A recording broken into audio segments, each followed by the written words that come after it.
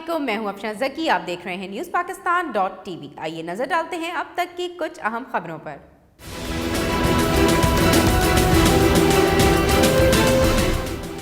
ملک پہلے اور ادارہ بعد میں ہے، عوام افواج پاکستان پر اعتماد رکھیں، ملک میں کسی قسم کا انتشار نہیں پھیلنے دیں گے، اندرونی دشمن ہو یا بیرونی سب کو شکست دیں گے، ملک کو اس طرف لے کر جائیں گے جہاں ادارے مضبوط ہوں۔ ترجمان پاک فوج میجر جنرل آصف غفور کی پریس کانفرنس، کہا کہ ملک اور ادارے کا دفاع کرنا جانتے ہیں۔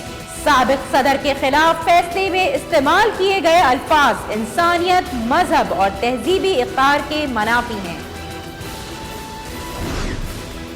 پرویز مشرف سزا سے پہلے مر جائیں تو لاش 3 دن تک ڈی چوک پر لٹکائی جائے۔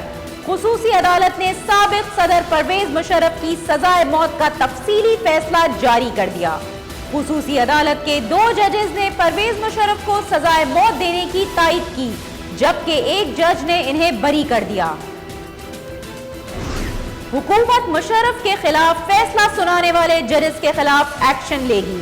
اٹارنی جنرل انور منصور کا بیان، کہا کہ خصوصی عدالت کا فیصلہ غیر آئینی، غیر قانونی اور غیر اخلاقی ہے۔ فیصلے کو کالعدم قرار دلانے کے لیے اقدامات کروں گا۔ تفصیلی فیصلے سے ظاہر ہے کہ یہ دشمنی کی بنیاد پر دیا گیا۔ ججز کے خلاف آرٹیکل 209 کے تحت ایکشن لینا پڑے گا۔ پرویز مشرف کے خلاف کیس ثابت نہیں ہو سکا، جسٹس نذیر اکبر کا فیصلہ۔ اختلافی نوٹ میں کہا کہ استغاثہ پرویز مشرف کے خلاف کیس ثابت کرنے میں ناکام رہا۔ جسٹس نذیر اکبر نے کہا کہ شواہد کی عدم موجودگی میں 3 نومبر کے اقدامات کو سنگین غداری نہیں کہا جا سکتا۔ افتخار چودھری کی بحالی کے نتیجے میں ایسے لوگ بھی ججز بن گئے جن کی اہلیت اور علم پر سنجیدہ سوالات ہیں۔ وفاقی وزیر سائنس اور ٹیکنالوجی فواد چودھری کا ٹویٹ، کہا کہ آگ سے کھیلنے کے شوقین حضرات کو علم بھی نہیں کہ جل بھی سکتے ہیں۔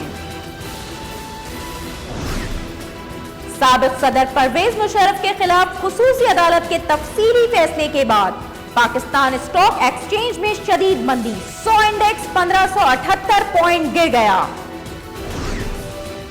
سری لنکا کے خلاف پہلی اننگز میں پاکستانی بیٹنگ لائن بری طرح فلاپ، پوری ٹیم 191 رن پر ڈھیر۔ کپتان اظہر علی ٹیم پر بوجھ بن گئے، بنا کھاتا کھولے ہی پویلین لوٹ گئے۔